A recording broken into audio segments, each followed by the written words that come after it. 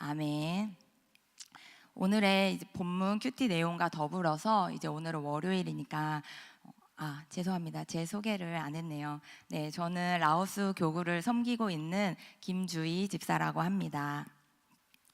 오늘 본문 큐티 내용과 이제 더불어서 토요일과 주일 내용을 조금 함께 묵상하는 시간을 같이 갖도록 하겠습니다. 먼저 이제 토요일과 주일 큐티 말씀은 열왕기하서 23장 1절에서 30절까지이며 또 여러분들이 다 아시는 바와 같이 요시야 왕이 종교 개혁을 이룬 부분부터 죽음의 사건까지 나와 있습니다. 그래서 이제 이 말씀을 조금 종교 개혁에 대한 부분들을 정리해서 말씀드리도록 하겠습니다. 요시야 왕의 이제 종교 개혁의 내용을 보면 이제 23장부터 이제 나와 있는데, 요시야 왕은 첫 번째로 이제 유다와 예루살렘의 모든 장로들을 성전으로 모이게 했습니다. 이제 모이게 해서 백성들에게 단에 올라가서 율법의 말씀을 모든 백성들에게 귀에 들으라고 읽어줍니다. 그리고 이 종교 개혁의 당위성에 대해서 설명하면서 오직 여호와의 말씀에 순종하고 그 말씀을 온전히 따르기로 여호와 앞에서 또 백성들과 함께 언약을 세우는 장면이 나옵니다. 또 두 번째로는 열왕기하서 23장 4절에 나와 있듯이 성전 안에 있는 우상을 타파하는 장면이 나옵니다. 그래서 그 내용들을 보면은 바알과 아세라, 하늘의 일월 성신을 위하여 만든 모든 그릇을 여호와의 성전에서 내다가 예루살렘 바깥 기드론 밭에서 불사르고 또 빻고 그것들을 재로 만들어 가지고 베델로 가져가게 함으로써 성전 안에 있는 우상을 타파하는 장면들이 나옵니다. 또 세 번째로는 23장 5절에 우상을 섬기게 한 자들을 폐합니다. 그리고 네 번째로는 하나님의 성전을 더럽힌 것들을 또 폐하는 장면이 23장 6절에서 이제 7절까지 나오고 있습니다. 또 다섯 번째로는 전국에 있는 산당을 헐어버리는 그 장면들이 나옵니다. 그리고 또 마지막 여섯 번째로 유월절인 절기를 회복시키는 이러한 개혁들을 이루었습니다.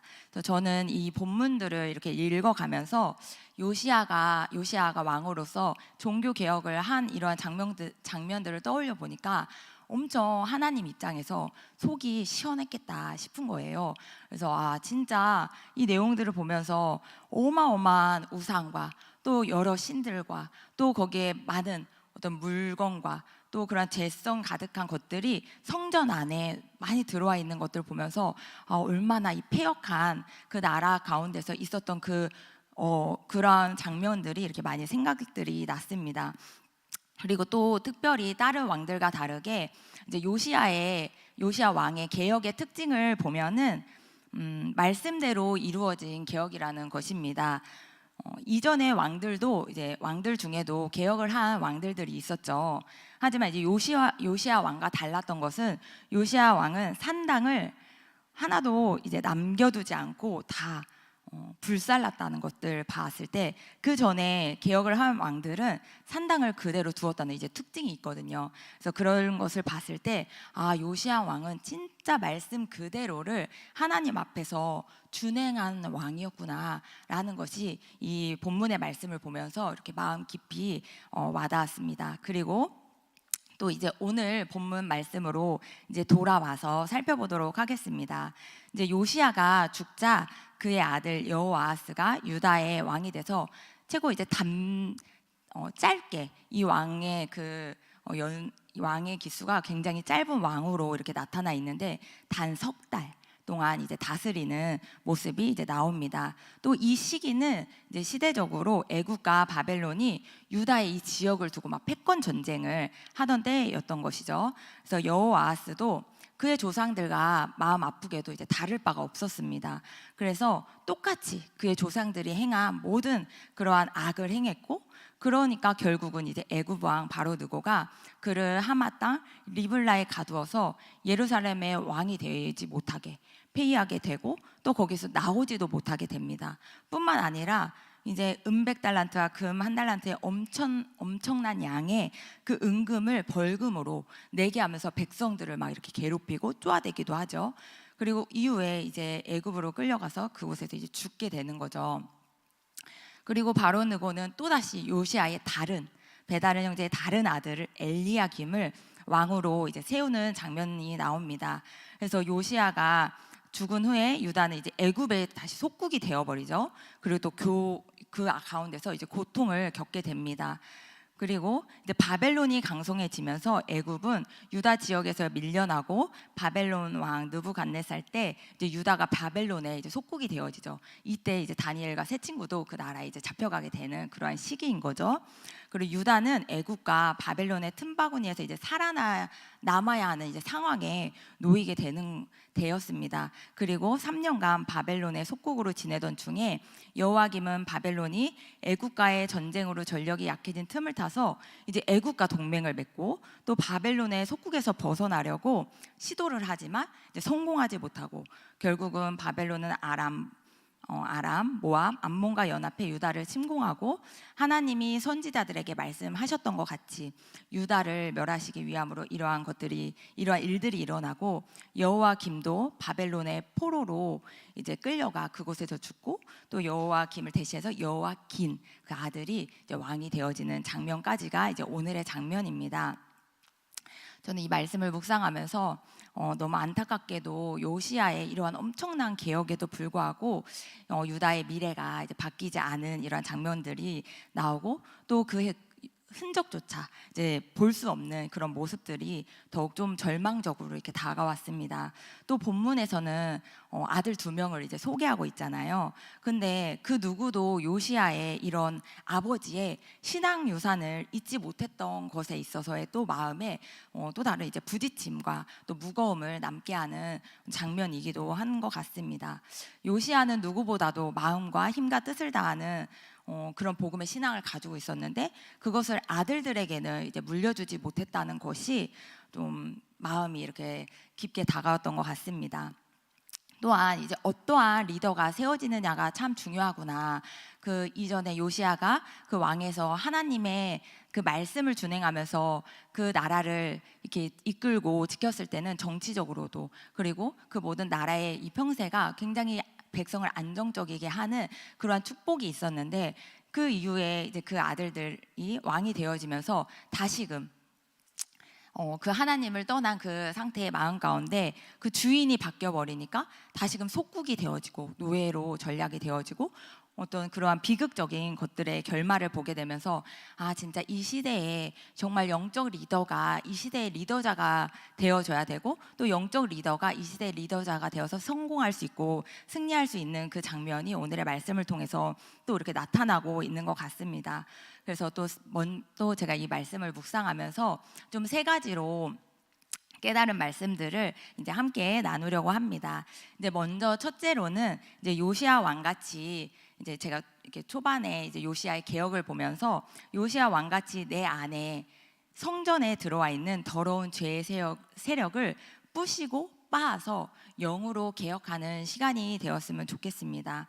하나님께서는 끊임없이 정말 그 백성들과 그 왕들에게 선지자들을 통해서 때로는 진짜 적을 통해서도 그 여호와의 말씀을 대언하는 장면들이 이 열왕기하에서 보면 또 말씀에 보면 많이 나오고 있습니다.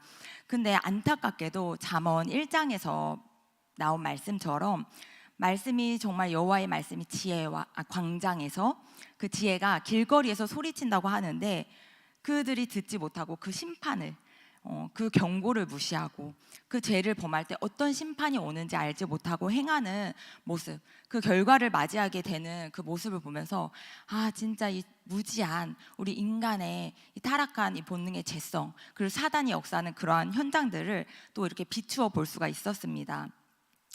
요시야 왕은 8살 때 왕이 됐잖아요. 그러면 8살 때 왕이 됐다는 것은 저희가 막 이런 대하 드라마나 역사 드라마를 볼 때 이렇게 어린 왕이 세워지면 항상 주변에 이상한 세력들이 있거든요. 그 왕을 좌지우지하려는 세력들이 늘 있기 마련입니다. 근데 그러한 요시아 때도 그러한 세력들이 없지 않았을 거란 말이죠. 그럼에도 요시아가 좌우로 치우치지 않은 비밀은 말씀 중심이었기 때문이라는 거죠. 또한 영적 조력자인 선지자의 말씀을 겸손히 들은 이유이기도 합니다. 그래서 요시아는 정말 우상 숭배로 찌들어가는 그런 이스라엘을 깨끗이 대청소하고 하나님의 마음을 시원케 해드렸던 특별한 하나님의 이제 종이었습니다. 저는 이런 요시아의 종교 개혁의 말씀을 보면서 우리 안에 이 개혁의 시작이 이 종교 개혁에서도 너무 신기하게도 말씀을 보면 어떻게 이렇게 성전에서부터 시작되지? 라는 것이 제 마음에 이렇게 부딪혔었거든요. 그래서 그것을 봤을 때 신약 성경에 그 말씀이 떠오르는 거예요. 신약 성경 고린도전서 3장 16절 17절의 말씀에서처럼 너희가 하나님의 성전인 것과 하나님의 성령이 너희 안에 거하시는 것을 알지 못하느냐? 누구든지 하나님의 성전을 더럽히면 하나님이 그 사람을 멸하시리라. 하나님의 성전은 거룩하니 너희도 거룩하라. 이렇게 하나님께서 말씀하셨잖아요. 그래서 이 개혁의 시작이 성전에서부터 시작된 것은 또 제가 이렇게 신약시대를 살아가는 저의 관점으로는 모든 개혁의 시작이 영적인 이 내면의 이 내 안의 성전에서부터 개혁이 시작되어져야 되는 거구나. 마음이 곧 성전이기 때문에 내 안에서부터 이 어마어마한 내 안의 우상들을 뽑아내고 또 그 안에 거룩하지 않은 이 하나님의 속성과 반대되는 이 귀신이 주는 그 사단이 주는 그 하나님을 떠난 그 문제 가운데 죄와 저주 가운데 그 주어진 이 내 안에서의 많은 죄성들을 하나님 앞에서 발견하고 그 말씀에 비추어서 내 안에 정말 하나님보다 앞서는 게 무엇인지, 정말 여호와 두기를 싫어하는 것, 그것이 무엇인지, 또 그러한 것들을 세상의 가치로 채우는 것들, 또 나의 의와 열심으로 그러한 내 소견이 옳은 것으로 행하는 것들에 대해서 있는 것이 무엇인지 내 안에 이 성전에서부터 이것을 뽑아내야 된다, 이런 생각이 들었습니다. 하나님이 아닌 다른 것으로 채우려는 옛사람의 그 모습의 죄를 통해서 참 다양한 이제 우상들이 있는데, 저는 그 중에서도 오늘 이렇게 좀 깊게 다룰 그 우상에 대한 그 죄를 하나님께서 우리에게만 주신 창세기에서 주신 자유의지에 대한 부분을 다루려고 합니다.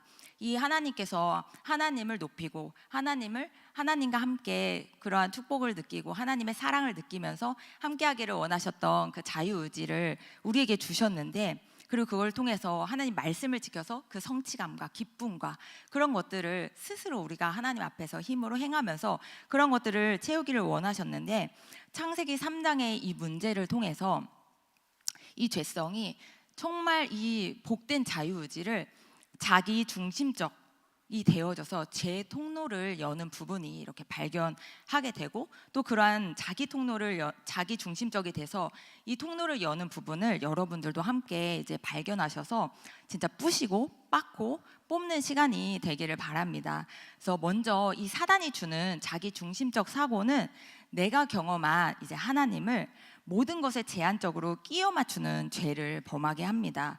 여러분들이 이제 살아가시면서 하나님을 많이 경험하셨을 거라고 생각이 됩니다. 하지만 또 반면에 경험한 하나님보다도 또 경험치 못한 하나님도 있을 것이라고 생각이 듭니다. 그렇기 때문에 우리는 어떤 문제가 이렇게 나에게 생겼을 때 때로는 내가 경험한 하나님만으로는 풀 수 없는 문제들이 있을 수 있다는 거죠. 그랬을 때 하나님께서는 우리를 사랑하셔서 큰 틀에서는 그 모든 문제 가운데 더 좋게 우리를 이끌고 계시는 그런 것들을 알고 있지만, 또한 세밀하게 우리를 인도하시고 또 조명해 가시는 그러한 하나님을 알기 때문에 우리가 그런 것들을 봤을 때 더욱더 말씀에 창념하고, 또 그러한 말씀의 창념 가운데 주변의 사역자의 말씀에도 귀를 기울여서 그러한 부분들을 내가 하나님 앞에 겸손함으로 받고 또 그것을 하나님께 가지고 나아가야 하는 거죠.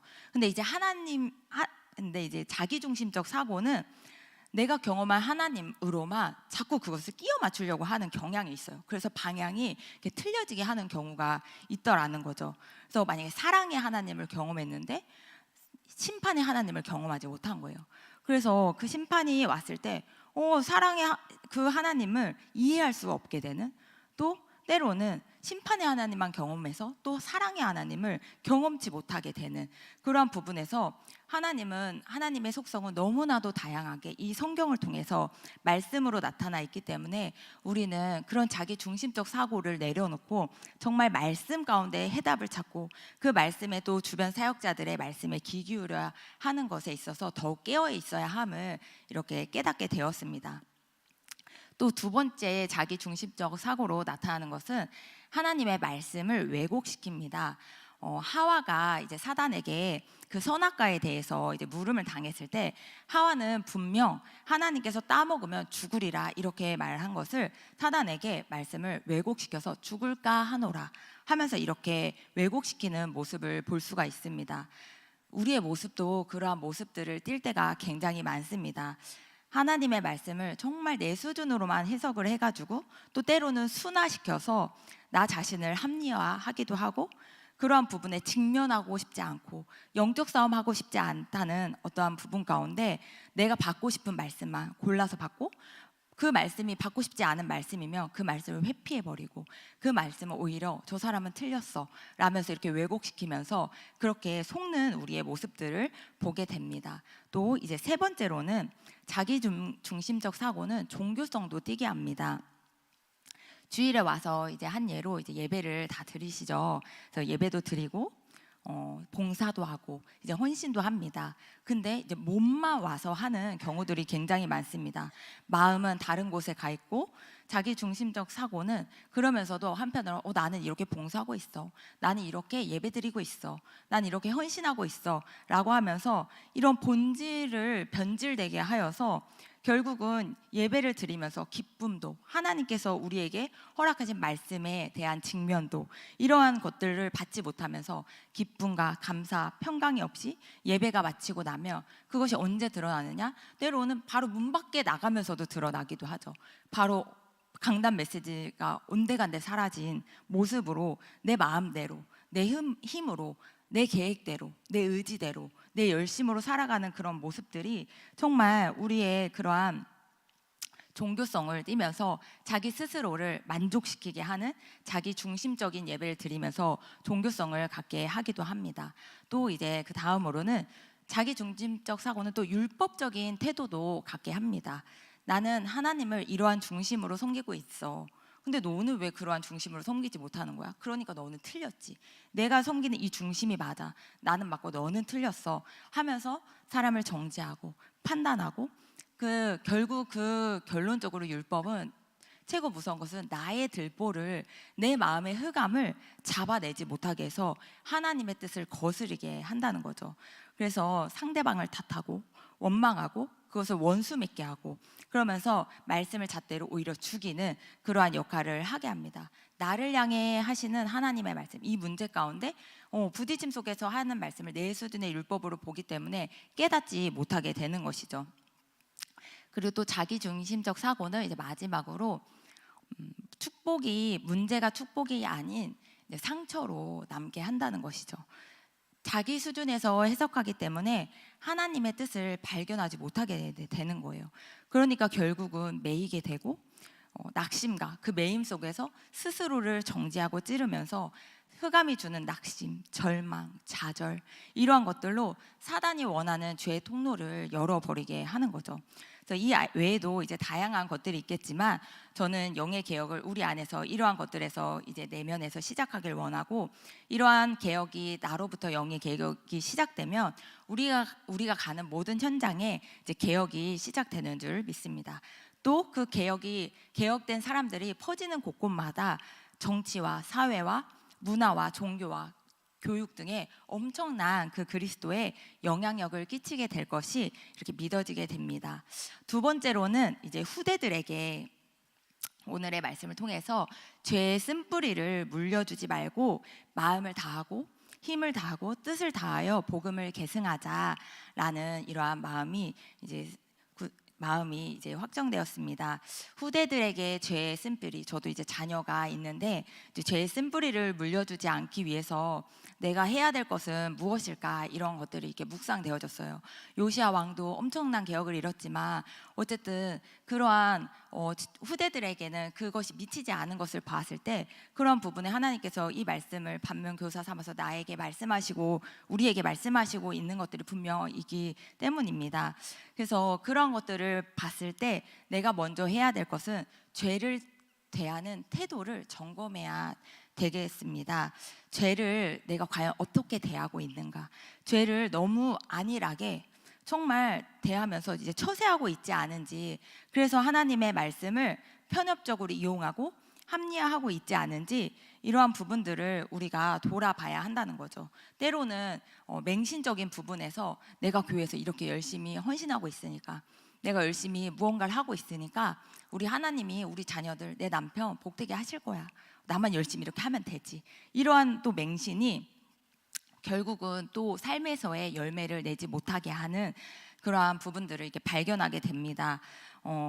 정말 하나님의 그 말씀 내용과 같이 살아간다는 것은 예수님의 성품을 날마다 삶에서 나타내는 것인데, 이제 그렇게 살고 있지 않은 우리의 모습들을, 죄를 우리가 대할 때 정말 이 악해져 가는 시대를 바라보면서 말씀 가운데 정말 그 죄를 우리가 대하는 태도가 요시야 왕처럼 가슴을 찢고 회개하고 주님 앞에 가져가고, 그러한 부분 가운데 피 흘리는 영적 싸움이 반드시 동반되어야 한다고 이제 생각이 듭니다. 히브리서 12장 이제 4절의 말씀처럼 죄와 싸우되 아직 너희가 피 흘리기까지는 대항하지 아니했다, 이렇게 하신 말씀이 결국은 그러한 하나님의 심판을 면하지 못하게 되는 부분들을 이렇게 제가 말씀에서 떠올리게 하면서, 아, 정말 많은 죄를 타협하고 있구나, 내 수준에서. 그리고 피 흘리는 싸움을 하지 않았다는 것은 그 타협한 죄들이 결국은 내 자녀들에게, 내 후손들에게 그대로 흘러간다는 거죠. 근데 그것이 결국 말씀이 사실화가 안 되었다는 증거더라고요.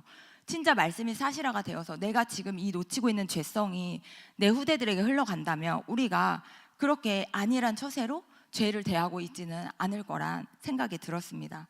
저는 언젠가 이제 사모님께서 교구장, 부교구장 이제 기도회 때 이러한 말씀을 해주신 적이 있어요. 영적 싸움의 분량을 이렇게 내 수준에서 생각하면 안 된다, 이런 말씀을 해주셨거든요.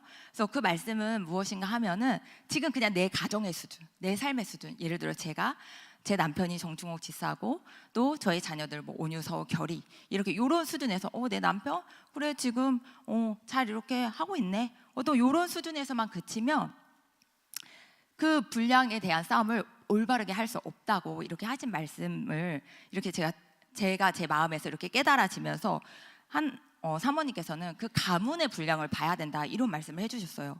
근데 제가 그렇게 말씀을 해주시는데 그 말씀이 제 안에서 너무나 이제 큰 울림으로 이렇게 그때부터 다가오는 거예요.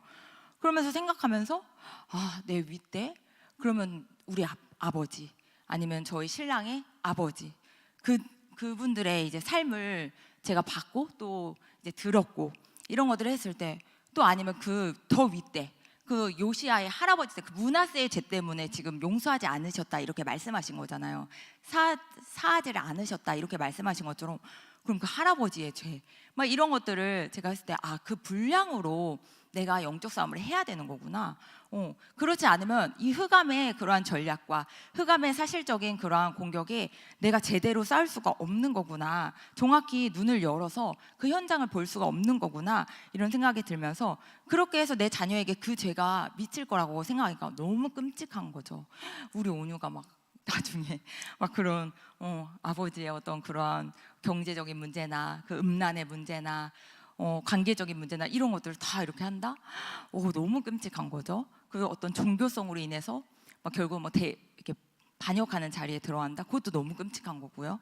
그래서 그런 것들을 이렇게 봤을 때 이런 것들을 진짜 더욱 주님을 향해 나아갈 수밖에 없고 사실적인 싸움을 할 수밖에 없게 만드는 진짜 그러한 동력이 되어지게 해주신 그 말씀이 이제 떠오르면서 문하세의 제도 그러한 부분일 거라고 생각이 들면서 더욱더 자녀들에게 영적인 것을 심어주고 내가 내 죄와 그런 것들을 사실적으로 싸우고 그 아이들의 죄와 싸워줘야 하는 부분들이 하나님의 뜻이구나 하는 것들이 이제 발견되었습니다. 그리고 너무 감사한 것은 그렇게 이렇게 자녀들의 그런 부분들이 싸우고 한다고 하지만 그럼에도 부족한 부분들이 있는데 하나님께서 너무 우리를 사랑하셔서 이제 교회의 시스템적으로 이러한 아이들을 향한 성교원부터 이제 리더스쿨, 대안학교의 초중고 이런 것들을 만들어 주시니까 그게 엄청난 큰 하나님의 은혜이고 또 이 일에 힘쓰는 게 진짜 후대를 향한 복음을 계승하고 하나님 나라의 방향을 맞추는 것이구나 이러한 생각이 확증되어지는 요즘을 이렇게 살아가고 있습니다. 또 세 번째 이제 마지막으로는 이제 이러한 심판이잖아요. 심판 가운데서도 하나님께서는 회복을 계획하시고 주관하고 계신다라는 것이 이제 깨달아졌습니다. 하나님께서는 하나님을 찾고 바라고 사랑하는 그 자들을 통해서 연약해도 쓰시는 것이라는 것이 제가 요새 이제 리더스쿨에서 이제 교재를 새롭게 이제 편찬하면서 느끼게 되는 부분입니다. 아시는 분들은 아시겠지만 이 리더스쿨이 되게 굉장히 이제 올해 이제 월드비전 교회에서부터 이렇게 이루어져서 이제 왔는데 이 리더스쿨에는 참 많은 사역자들이 오기도 하셨고 또 이제 떠나가기도 이제 하신 곳이기도 합니다. 그러한 많은 이제 여정 속에서 중축을 이뤄주시고 또 때로는 실력 있는 분들이 또 오셨다가 또 여러 가지의 문제와 환경 가운데 스쿨과 이제 교회를 떠나게 되는 어떤 이러한 부분 가운데 그 안에 있는 선생님들이 좀 여러 가지 이제 풍파를 부재 속에서 겪기도 했지만 무엇보다도 지금 하나님께서 보여주신 증거들은 오히려 주님의 선하신 뜻이 있었기 때문에 그때 당시에 그러한 사람들이 떠나가면 이게 뭐가 흔들리는 거 아니야? 뭔가 감정이 막 요동되고 그 선생님들이 그런 힘듦들이 없진 않았을 테지만 결론적으로 봤을 때 주님의 그러한 선하신 뜻 가운데 그 가운데서 없어지지 않고 더욱더 이제 영으로 무장돼서 강단의 이제 메시지와 하나됨으로 그 현장이 쓰임받는 것들을 보면서 진짜 하나님은 더욱더 좋게 회복하시고 계획하심으로 주관하심을 이제 깨닫게 됩니다. 복음의 색을 정확하게 띠면서 이제 교재를 새롭게 이제 편찬하면서 저에게 이렇게 들었던 마음은 아이들에게 들어갈 이 영성이 너무 더욱 기대가 되는 거예요. 그리고 하나님의 이끄심이 너무나도 이제 믿어지고 이러한 교육을 어려서부터 받는 아이들이 이 말씀이 뿌리가 된다면 진짜 이 자신의 영적 문제, 그 세상이 주는 문제, 사단이 주는 그 공격에도 진짜 이 말씀이 뿌리가 돼서 하나님 앞에 열매를 하나님 나라의 열매를 맺게 하시겠구나라는 것들이 더 굳세게 이렇게 자리 잡게 되는 거죠. 왜냐하면 흑암도 엄청 이 말세의 시대 속에 엄청 문화적으로 또 그러한 세상의 문화 그 풍요 속에서 아이들에게도 우리 때와 다르게 지금은 진짜 강력하게 역사하거든요. 지금 이렇게 1학년들, 뭐 초등학교 1학년들 아니면 이제 아이들 이게 대화하는 거, 대화 같은 거 들어보셨어요? 진짜 정말 다르거든요. 막 이게 말들이 다르고요. 그 선생님들한테 표현하는 것도 우리가 1학년 생각하면 너무 순수하고 그냥 해맑고 막 이렇게 해야 되는데 요새 애들은 이미 이 흑암이 장악한 이 세상 속에서 그러한 것들이 말씀으로 이것을 말씀으로 이겨낼 힘을 안 만들면 다 그 영향을 받고 오는 거예요. 언제 드러나냐? 학교에 딱 가면 나타나요. 이 안에서 잘 보호받고 있던 애들이 학교에 딱 가자마자 막 그런 것들이 드러나는 거죠. 그래서 너무 감사했어요. 그 초등학교를 SOT를 시작하는 그 발걸음 속에 너무나도 정확하게 인도하신 하나님의 그 은혜가 너무 이렇게 깊게 다가오면서 그러한 것들이 언약이 더 이렇게 굳건하게 되어지는 이제 생각이 이제 들었습니다. 그래서 그 심판 가운데서 하나님께서 너무 정확하게 회복을 주관하고 계심이 또 깨달아지고 또 저는 또 저의 가문을 보면서도 그러한 생각이 듭니다.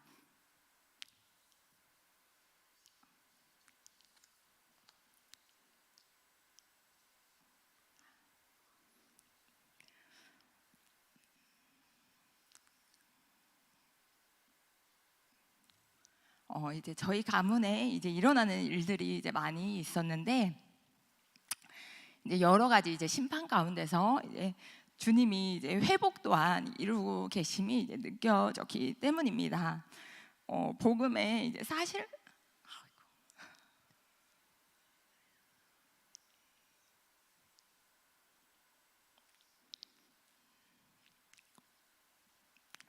감사의 눈물입니다. 복음의 이제 사실화가 내 삶에서 영과 육의 싸움에서 철저하게 이제 되어지지 않으면 이렇게 죄의 대가가 얼마나 이제 참혹한지 이제 그런 부분에서 이제 죄에 대해서도 이제 계속적으로 사실적으로 다루시는 이제 하나님을 이제 경험하게 됩니다. 이제 후대 가운데서도 마찬가지죠. 그래서 더욱더 이제 하나님 앞에서 이제 죄의 싸움을 얼마나 사실적으로 이제 성경 그대로를 해야 하는지를 이제 깨닫는 시간이 되고 있습니다. 그래서 감사하게도 요새 정말 이런 말씀이 이제 삶이 말씀으로 비춰짐에 대해서 더욱 깊이 이제 묵상되어지고 있는 요즘입니다. 그래서 이런 말을 이렇게 뵙게 되더라고요. 이제 스스로 진짜 성경을 살게 하시네 라는 이러한 오묘한 말들을 제가 이렇게 속에서 이렇게 대내어지면서 또 성경을 살고 또 보고 있습니다. 저의 현장 가운데. 근데 그것이 얼마나 큰 축복이고 하나님의 그러한 가운데 있다는 것이 다양한 사건과 이제 일들을 보면서 정말 하나님의 속성을 경험케 하시고 또 그런 부분들을 저 안에서 저희의 가문 가운데 이뤄가고 있음이 너무 이제 감사가 되어지는 요즘이고 또 오늘의 말씀을 통해서도 그래서 더욱더 진짜 말씀 그대로를 준행하는 자의 축복을 누려야겠구나 이런 생각이 들었습니다. 그래서 여러분들도 제가 오늘 나눈 이 말씀을 기억하시면서 말씀 그대로를 준행하는 자의 삶의 축복을 성경 그대로 하나님의 속을 시원케 해드리시고 그 후대 가운데 그러한 영성을 흘려보내시고 그러한 하나님의 속성을 보시면서 감사와 영광을 주님께 올려드리는 그러한 시간이 되기를 소망합니다. 제가 기도하겠습니다. 오늘도 역사의 주관자가 되셔서 온 우주 만물을 다스리시고 계시는 하나님께 감사와 영광을 올려드립니다. 하나님의 말씀으로 우리 안에 더러워진 성전을 개혁하길 원합니다. 영적 개혁이 일어나는 시간 되어지게 하여 주옵시고 복음의 사실화가 되어져 죄와의 싸움을 안일한 자세로 하여 우리의 후대가 고통받지 않도록 제대로 그리스도를 의지해서 영적 싸움할 수 있도록 오로지 예수 안에 승리하는 삶 살게 하여 주시옵소서. 하나님의 말씀을 마음과 뜻과 힘을 다하여 계승하는 삶을 살게 하시고 날마다 삶에서 주님을 체험하는 영의 사람이 되게 하여 주시고 승리의 자의 삶을 살게 하여 주옵소서. 모든 말씀 살아계신 우리 주 예수님의 이름으로 기도합니다. 아멘. 사모님께서 나오셔서 예물을 위해서 기도해 주시겠습니다.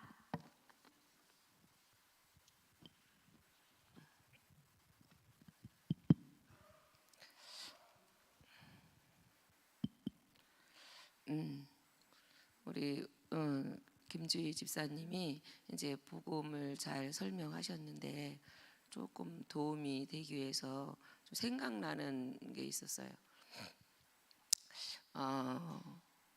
우리 교회 이제 오시면은 이제 이 매일 살면서 주님의 음성도 들으면서 주님의 뜻을 들으면서 하루를 이제 모든 문제와 사건을 살아내는 거를 이렇게 가르치는 거잖아요. 그러니까 우리는 우리 육신의 생각이 있고 하나님 말씀으로 반응하는 영의 생각을 배웠잖아요. 근데 그게 참 힘들기가 이루 말할 수가 없어요. 진짜 힘들어요. 근데 이제 저가 경험했던 게 뭐였냐면 저 이제 막 하나님의 음성 듣기. 하나님은 이렇게 이제 성경을 통해서도 말씀하시지만은 하나님은 환경의 사람들을 통해서 말씀하시는 게 굉장히 많아요. 그게 잠언 1장 20절부터 그 이후에 31절까지의 이야기예요. 광장에서 길거리에서 지혜가 큰 소리로 부르는데 우리는 지혜가 누구예요? 하나님이 길거리 광장에서 이 생활 속에서 우리한테 막 말을 해주는데 이런 걸 우리가 못 듣는다는 거야. 그러면서 내가 손을 폈으나 이렇게 손 잡는 걸 싫어했고 내가 경고해도 듣기 싫어하더니 결국은 있잖아, 광풍 같은 재앙을 만날 때 그때 하나님을 찾을 때 하나님이 이렇게 비웃는다는 거야. 저는 그 말이 너무 무서웠어요. 아니 그 사람이 문제가 뭐 모를 수도 있지. 그러다 재앙 오면 들어줘야지 왜 비웃고 있을까? 이 말씀이 너무나 무섭고 제가 못 알아들으니까 이런 걸 어떻게 들을 줄 모르니까. 근데 그래서 이제 그런 게 사람의 말이 하나님이야. 사람의 말이 하나님 말씀이야. 막 이제 이렇게 한때 무척 많이 저도 생각하고 성도들에게도 말하고 했던 때가 있었어요. 근데 그런 시기에 제가 구남매 제가 막내인데 우리 어머니가 이제 완전히 이제 치매에다가 이 수족을 못 쓰고 소대변을 받아낼 정도까지 문제가 와갖고 요양원에 보내게 됐는데 그거에 대한 형제의 아픔과 어머니가 거기 들어가서 괴로움이 막 이루 말할 수 없는 거. 막 자기 정신도 아닌데도 뭐 엄마 이렇게 우리를 부르는 게 엄마야. 엄마. 그러니까 막 거기 요양원에 있는 분들이 너무너무 고통스러워. 이 다른 할머니들이 치매 걸리면 집 떠나고 잊어버리는데 이분은 아주 앉아갖고서 눕지도 않고 집에 간다는 거야. 그러니까 이제 형제들이 일주일에 한 번씩 가서 보니까는 어머니가 뭐 해도 너무하니까 막 이렇게 모실 수 있는 어떤 상황은 아닌데 그런 상황이 벌어졌어요. 그래서 이제 우리가 이제 어머니 문병을 갔는데 그걸 우리를 보더니 환장을 하고 그걸 보고 오는 목사님이 나보고 그 당시 우리 애들 입양해갖고 막 얻고 걸리고 이렇게 아장아장 요럴 때인데 뜬금없이 여보 어머니를 우리가 모셔야 된다는 거야. 어머니가 지금 너무 그 마음의 불안과 고통이 너무 심해서 저렇게 두면 안 되는 거야. 아니 내가 지금 조카까지 9명 식구 우리 입양한 애기들까지 이렇게 식구가 많은 하고 있는데 엄마 똥오줌 싸는 어머니까지 모시면 그걸 어떻게 살아? 생각을 이렇게 사람으로 생각할 때 이치에 맞지도 않는 소리를 해갖고 그 공주에서 여기 오면서 내가 막 지랄을 해서 말도 안 되는 소리를 하고 있다고 막 그 똥오줌 그리고 그 똥 기저귀 갈 생각하니까 사람이 뭐 돌아버릴 것 같아. 그 애기 똥은 저긴데 어른 똥으로 어떻게 그걸 치워? 그러고 싸우고 왔는데 들려오는 소식들이 아니 남의 애기는 입양하면서 이럴 때 어머니 좀 모시지 이런 소리까지 또 우리 형제들이 그랬다는 거야.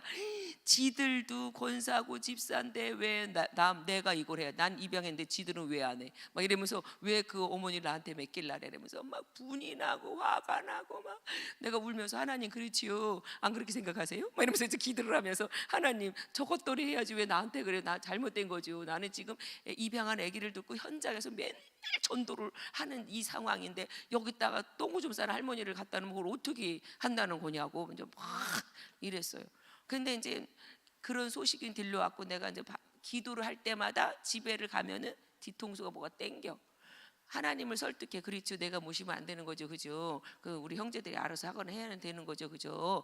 막 하나님을 달랬다 올랬다 이러면서 내가 해방받고 싶어서 그랬는데 뭐가 뒤통수가 무거워. 집에 왔는데 에스더랑 여호수아가 이렇게 이제 자고 있는데 내가 밤에 교회 가서 기도를 하고 왔는데 눈물이 나 죽겠어. 해결이 안 되니까 막 이랬더니 에스더가 사다 뻘떡 일나더니 엄마 왜 울어? 5살인가 그랬어. 내 눈물을 닦아주면서 그냥 할머니 때문에 그랬더니 할머니가 보고 싶어. 그러니까 뭐 이 애기하고 무슨 말을 해서 응 그러니까 그럼 할머니 데려와. 그래서 데려 한대 할머니 똥 싸서 한대. 내가 그랬더니 그럼 우리 애기 기저귀 채워줘. 그러면서 잠이 드는데 이거는 하나님 음성이야. 목사님도 할머니 모셔오라고 우리 형제들도 다 어머니 모셔오라는데 웃기지 마. 막 니들이 할 거야. 나는 못해 그 똥 때문에. 그랬는데 에스더가 그리고 자는 거야. 내가 하나님의 음성 하나님은 이 5살짜리 내가 하도 못 알아들으니까 이 상황을 펼치는데 하나님이 이 에스더 말에 내가 이건 하나님 음성이야 막 그러는데 그 똥이 너무 무서워. 어떻게 어른 똥을 치냐고. 그래서 내가 언니 어머니 상태가 어때? 그러니까 곧 돌아가실 것 같아. 얼마 사실 것 같아? 많이 살아야 한 달 살 것 같아. 한 달에 은혜 받아갖고 알았어. 그럼 내가 한 달이면 모실게. 그랬더니 온 가문이 춤을 추고 어머니가 업혀오면서 좋다고 조세가 좋아요 막 이러면서 이제 우리 집에 오셨는데 10달 사셨잖아요. 근데 너무 신기한 게 그 대변이 하나도 안 더러워. 그게 은혜라는 거예요. 내 생각과 하나님은 달라. 그리고 뭘 경험했냐면 어머니 15살 살고 돌아가셨는데 그 전에 내 삶이, 내 개인적인 삶이, 목사님은 돈이란 돈은 전부 교회에 쓰고 이 사택에는 그냥 교회에서 먹던 남은 음식 갖다 먹게 하고, 내가 나한테 돈을 안 줘. 이 개척교회를 끌어가야 되니까 이거를 못 하는 거 제대로. 아주 내가 목사님 만나서 아주 뭐 진절 런더리가 나게 아주 가난해. 막 이렇게 내 개인적인 돈도 없고 뭐 미쳐버릴 것 같고, 파 살 돈, 두부 살 돈도 안 줘. 아주 뭐 나는 돈이 1원도 없어. 씨가 말라 있어. 그러는데 그 어머니 모시는 동안 형제들이 어머니 기저귀값 하라고 100만 원씩을 계속 보내줬어요. 그것도 목사님이 알러다가 교회에 그게 들어온 걸 알았어. 그래갖고 여보, 교회 전기 요금이 70만 원 나왔는데 돈이 없어. 막 이렇게 막 내 앞에서, 그러면 그걸 다 바치는 거야. 또 이제 내가 이거 빌리는 거니까 언젠가 주겠대. 다 썼어. 안 줘. 지금까지도 안 줬어. 근데 중요한 건 어머니 돌아가신 이후에 하나님이 내 개인적인 경제를 확 회복해 주셨어요. 그 이후로 돈이 안 떨어지게 해주셨어요. 나중에 성경을 보니까 에베소서 6장 2절에 보니까 내 부모를 공경하면 땅에서 잘되고 장수한다. 저 그거 받고 엄청 울었어요. 하나님의 나를 향한 사랑을 봤어요. 나는 이게 저주인 줄 알아서 어머니 모시는 게 왜 필라야 막 너무 고통 중에 모셨었거든. 근데 어머니 돌아가신 이후에 하나님이 세상에 내가 40살 넘어서 입양을 셋이나 하니까 오래 살아야 되잖아. 하나님은요, 우리가 영의 생각과 육의 생각은 완전히 달라요. 하나님은 내가 희생과 헌신과 뭔가 섬길 때 하나님의 축복은 그렇게 들어와요. 세상 사람들은 내가 기고만장을 하고 내가 이겨야 되고 내가 잘나야 되고 나 대접받아야 되고 인정받아야 되고 이 상황을 이루어서 살 것 같죠. 그럴 때는 내 생활이, 내 삶이 다 저주받아 망해요. 그런데 하나님의 자녀들은 희생과 헌신과 섬김으로 막 내가 나 희생하는 것 같고 나만 손해보는 것 같은 어떤 그러한 삶이 내 환경을 살려요. 그러니까 못 알아듣는 거예요. 육의 사람들은 희생하기 싫고 섬기는 거 싫어갖고 맨날 세상에서 대접받기 좋아하고 인정받기 좋아하고, 이게 육신의 생각은 사망이거든요. 육신은 늘 그 짓을 해요. 인정받고 대접받고 누구한테 핍박 한번 받으면 개거품이 나고, 이게 정상이 아니라니까. 기독인들은 그러니까 하나님이 우리에게 축복받기 나타나요. 그러니까 욥기서 22장 29절 사람들이 너를 낮추거든 내가 교만했습니다 말하래잖아. 다 답도 가르쳐주잖아. 누가 억울한 말을 듣고 누가 나를 막 모함하고 그러면 그랬어요 죄송합니다. 그러면 그 자리에서 그 상황을 하나님 보시고 너를 구원하겠다. 그런 일이 벌어지면 내 환경에 뭔가 문제가 확, 내가 죽을 때 자존심 죽이고 체면과 외식 죽이고 개망신을 당할 때, 그때 내 삶을 내가 기도하던 모든 문제가 확 하나님이 거기 가서 일을 하신대잖아요. 뭐 이렇게 자존심 내고 잘난 척하다가 환경이 망하는 꼴 들어가요. 이게 하나님의 방법 중에 기독교인의 하나님의 십자가의 도는 죽는 거예요. 개망신 당할수록 기쁘, 막 개망신 당하는 일이 보면 막 기뻐. 우와 무슨 일이 일어나려고 이렇게 막 개망신이 와 그러면서 기쁘게 죽어야 돼요.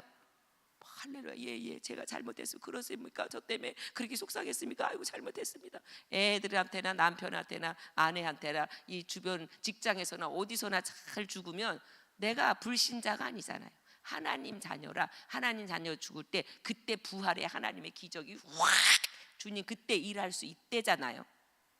그러니까 여러분들이 그 영적인 이 어떤 생활 속에서 하나님을 계속 임재시키는, 하루에도 24시간 주가 임재해서 내 삶에 축복의 하나님이 임할 수 있도록 하는 방법이 너무나 많은 거예요.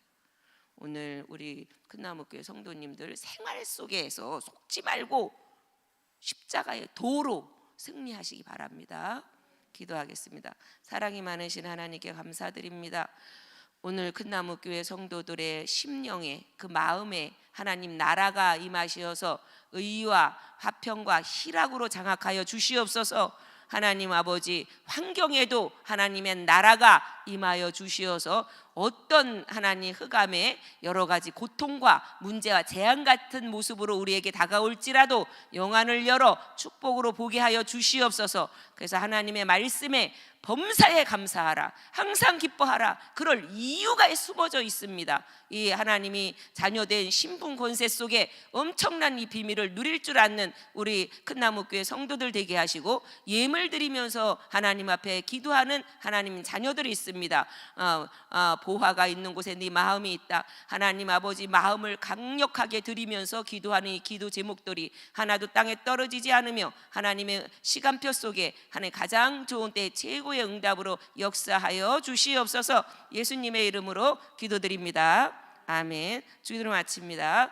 하늘에 계신 우리 아버지여, 이름이 거룩히 여김을 받으시오며 나라의 마옵시며 뜻이 하늘에서 이룬 것 같이 땅에서 이루어지이다. 오늘날 우리에게 일용할 양식을 주옵시고 우리가 우리에게 죄 지은 자를 사하여 준 것 같이 우리 죄를 사하여 주옵시고 우리를 시험에 들지 말게 하옵시며 다만 악에서 구하옵소서. 나라와 권세와 영광이 아버지께 영원히 있사옵나이다.